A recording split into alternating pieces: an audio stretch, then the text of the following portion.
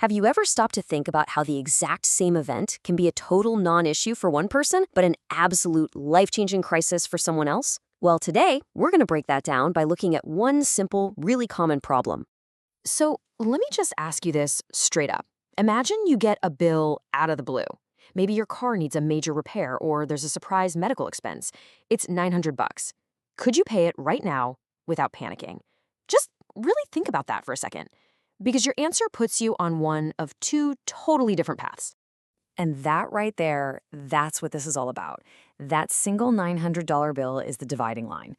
For some people, it's just another Tuesday. Annoying, sure, but you deal with it. For others, it's a full-blown crisis. It's the first domino to fall in a long downward spiral. Let's take a look at what that actually means. Okay, so let's start with path one. We're going to follow a character we'll call Alex. For Alex, this surprise bill, yeah, it's a hassle, but it's just another thing to cross off the list this week. You can almost hear what's going through Alex's head, right? Ugh, great, another thing. There's definitely some frustration there. Nobody likes seeing $900 fly out of their account. But listen to what's missing. There's no fear. There's no panic. It's just an inconvenient task. Now, what's really interesting here is just how simple this is. Look at the steps. 1, the bill shows up. 2, Alex pays it, probably just a quick transfer from savings. And 3, they move on. That's it. It's a clean, straightforward transaction, problem solved. So for Alex, the outcome is, well, normal. The stress was minimal and it's already over. This one bill isn't going to mess up next month's budget. It's not going to put the rent payment in jeopardy. Financially, nothing has fundamentally changed. It's just a blip on the radar. Okay, but now let's switch gears and walk down path 2.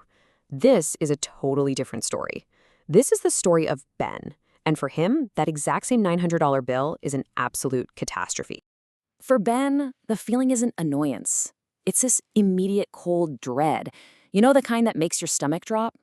That number, $900, might as well be 90,000. It's an overwhelming feeling of, I can't do this. And you can see how that initial panic just explodes into this chaotic scramble. Look at Ben's process. The bill arrives and bam, panic. The next steps aren't simple at all. He's got to figure something out. Maybe a high-interest payday loan, put it on a credit card he knows he can't pay off. Or maybe he starts that awful game of juggling which bills to pay. Can the rent be late? Can the power stay on for another week?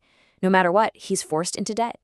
The outcome here is just devastating. The psychological stress is huge. We're talking anxiety, sleepless nights, constant worry. And here's the kicker. This isn't a one-time thing that just goes away. It's the start of a whole new cycle of debt that's going to follow him for months, maybe even years. Okay, so let's get into it. We've seen these two paths, but what is it that really separates Alex from Ben? I mean, this isn't about who works harder or who's smarter with money. It's about these invisible factors that create something called financial fragility.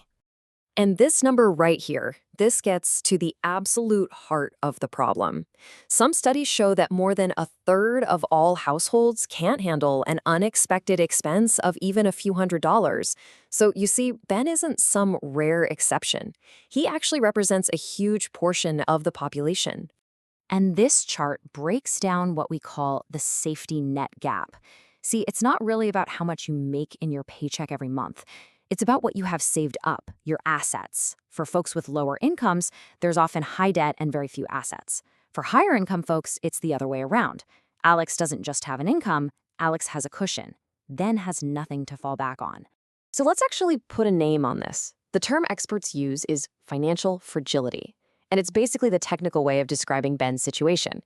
It's when a household just can't handle a totally normal financial shock because they don't have that cushion, that savings to absorb the blow.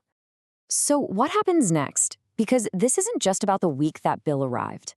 Let's look at the ripple effect. This one single event literally sends Alex and Ben's futures down two completely different tracks. This table right here shows the true cost, and this is what's so wild. They both had the same $900 problem. Alex paid $900, but Ben, after you add in the crushing interest from a loan or fees on a credit card, he ends up paying hundreds of dollars more for the exact same repair. His financial situation doesn't just go back to where it was, it's now actively worse. And that's the scariest part of this whole cycle. Alex's finances are stable. He'll build his savings back up, and he'll be ready for the next surprise life throws at him. But Ben? Ben has been pushed even further behind. He has less money and more debt, which means the next unexpected bill is going to be even more of a disaster than this one was. That, right there, is the debt trap. Which brings us right back to our original question. What separates a Tuesday from a crisis? And as we've seen, it's usually not the event itself. It's that financial cushion. It's having a safety net there to catch you when you fall. And the tough truth is, for millions and millions of people, that net just isn't there.